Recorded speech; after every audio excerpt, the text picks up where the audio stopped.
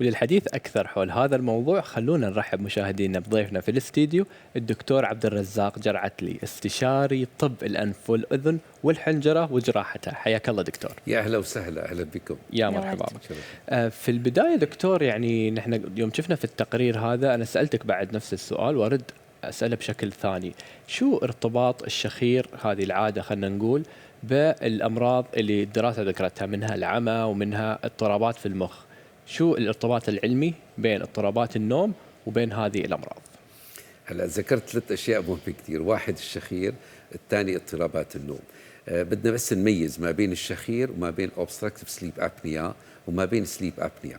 الشخير عادة نسبته عالية كتير بين البشر كلها، وعند الرجال مثل ما تفضلتي أعلى بكتير من النساء.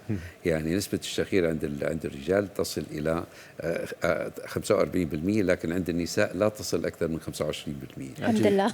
فالنسبة كبيرة. لكن نسبة الأوبستراكتيف سليب أبنيا يعني نقص الأكسجة بسبب الشخير هيدي بقت متفاوتة، لكن معظم الناس اللي عندهم شخير عندهم انقطاع النفس الليلي، معظمهم هيدي بتترافق ما بين 20 ل 70%. هذا حتى تكون موجودة عند الأطفال، بعض الأطفال انقطاع برافو. النفس. أي. فعنا هلا تقسيم اثنين، عنا أطفال وهدول معالجتهم مختلفة كليا وشغلتهم بسيطة. بدنا نقسم سبب الانقطاع النفس إلى سببين، واحد ممكن يكون مركزي بنسميه سليب أبنيا، منه أوبستراكتيف، وبالتالي بيكون شغلي عصبي، لأنه في أطفال لسه ما نضجوا عصبيا دماغيا كذا. وفي السبب الثاني هو الأشياء بيكون أوبستراكتيف، يعني في شيء مسكر بالحلق، وهدول نسبتهم أعلى بكتير، وغالبا بيكون نسبتهم الناميات واللحمية بنسميها. يمكن في لحمية تكون زايدة بين الأطفال، لأنه بالضبط نفس المشكلة اللي عند ولدي فيها. فهدول طبعا فائدتهم جيدة كتير، لأنه استئصال اللوزات واللحمية عمل ضروري واجب. صح. لازم يعني تدخل جراحي أبدا. وقت اللي بيكون سببها ضخامة اللحمية وضخامة اللوز وغير يتجاوب على المعالجة، ومؤكد بدراسة النوم أنه في نقص أكسجة، فالعلاج جراحي حتى إذا كان أصغر من عمر 3 سنين، لأنه في ناس بيقول لي صغير، في ناس بيقول لي عمره سنة، ما في مزح. متى المفروض يعني نسويها؟ إذا كان عمر الطفل مثلا 5 سنوات، يقولون تري بعد شوية خليه يكبر، عمر مناسب بالتدخل الجراحي من أي عمر يكون؟ مدام بشكل عام إذا عملية انتخابية استئصال لوزات، نحن بدنا الوزن أكثر من 15 كيلو، ما له علاقة العمر. أما إذا كان في توقف نفس ليلي بسبب اللوزات واللحمية، نحن بنشتغل بعمر سنة، ما في مشكلة، لكن إجراءاتها بدها دقة بالعمل وبده استشاري من متخصص بالأطفال. زين دكتور عبد الرزاق، كثيرين يربطون الشخير بالتعب، يعني يقول لك يعني أنا ما أشخر، يعني الناس اللي يشخرون إلا يوم أكون مرهق أو تعبان. فإلى أي مدى هناك ارتباط خلينا نقول متلازم بين التعب والإرهاق والشخير؟ هلا هيدا بنسميه الشخير الوظيفي.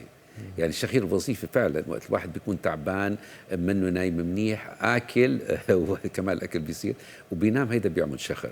هيدي شخره مؤقته، هيدي ما بنخاف منها، مزعجه بالصوت فقط. يعني الناس هذا والتوتر تبعه منه عالي كتير، عاده بين 35 40 لحد الاقصى 65 بيكون كتير شديد عالي. وبالتالي لا يزعج يعني السمع، الا اذا كان طبعا موضوع النوم وموضوع البارتنر، هيدي بس المشكله.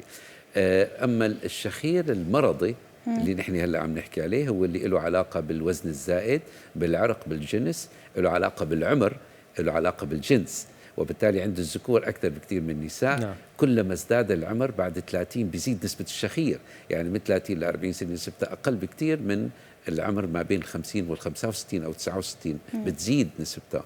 الوزن بنسميه البودي ماس اندكس بالنسبه للطول، عرض الرقبه، شكل الفك اذا كان متراجع لورا، الجنس، حتى الوزن بعد زياده الوزن يمكن اكيد في وايد ناس من بعد ما تغيرت اوزانهم زادت مشكله الشخير عندهم. فعلا نسبه الشخير بالبودي ماس اندكس هيدي بنقول تبع الوزن ما بين اللي هي اكثر من الطبيعي، خلينا نحكي ما بين ال 25 ل 30 بحدود ال 20%. نعم. متى ما وصلنا فوق 30 بتوصل فوق ال 40%. نعم. يعني لذلك هيدي مهمة كتير، يعني بيتضاعف جدا موضوع الشخير وموضوع التوقف النفس الليلي. دكتور، إذا في دراسة علمية أكدت أن الأشخاص اللي يوقفون لفترات قصيرة ويشخرون هم معرضين لأمراض كثيرة تقريبا 10%. شو هالأمراض هاي اللي راح يتعرضون لها؟ نحن موضوع الشخير إذا معه توقف نفس ليلي فعنا التعرض للأمراض مثل ما تفضل التقرير كتير جيد. هيدا الكارديوفاسكولار بيسموها اضطرابات القلب، السكتة القلبية، الضغط المبكر عند الشباب بيصير، السكري المبكر ارتفاعهم، وبيصير عندهم موضوع الكونسنتريشن التركيز والإهمال، وموضوع النيرفسنس بتلاقي عصبي منفعل أثناء الحياة العادية وصعب أنه يعطي قراراته بشكل سليم. هدول إضافي لهم حاليا في دراسة بالديلي ميل البريطانية قريتها هيدي من أول هيدا الشهر، عملوا بالريتروجريد اسمها ريتروسبكتيف ستدي على 400 ألف مريض كانوا بيراجعوا مشان جلوكوما الزرق بالعين خلال 15 سنة، فشافوا انه في شيء ملحوظ فيهم، انه في اللي عم بيشخروا معظم هدول عندهم شخرة قوية كتير، ومن كتر تعبهم بيناموا بالنهار. فهدول عندهم نسبة الزرق اللي هو له علاقة بالعصب البصري، وقت الارتفاع الضغط ضمن العين بسموه زرق أو جلوكوما بيأثر على العصب البصري، فشافوا نسبتهم 10 أضعاف مثل ما تفضلتي. هي أحد الأشياء الآخر شيء. فبالنسبة لنا الأكسجين هو الحياة، والرئة يعني هي انت وجودك عندما يضعف الاكسجين يضعف كل الطاقات الخلايا بالجسم، وعلى رأسها الجملة العصبية المركزية لأنها تتغذى بالاكسجين وأثناء النوم وتتغذى بالجلوكوز. لذلك يعني الراعي وزننا أهم شيء، والراعي نظام الأكل مثل ما تفضلتوا بالتقرير، أنه ما يأكل واحد وينام، صح. والغرفة تبعه يشيل الإلكترونيات كلها، يحترم النوم. هذا أصعب شيء دكتور. هيدي أصعب شيء، ينام من 6 ساعات ل9 ساعات. هيدي توصيات كتير مهمة، ما ينام عدد أقل من هيك، ويكون مرتاح بنومه ويعتم الغرفة. صح. والصوت أهم شيء يعتم الغرفة، لأن في ناس وايد يفتحون الليتات ويرقدون. لا أنا ما أقدر أرقد إلا إذا الغرفة معتمة. نحن أكيد في نهاية فقرتنا دكتور عبد الرزاق نشكرك أكيد على هذه المعلومات. دكتور عبد الرزاق زرعتلي، استشاري طب أنف وأذن وحنجرة، كل الشكر لك على هذه المعلومات. شكرا لكم، شكرا للاستضافة. يا مرحبا. شكرا.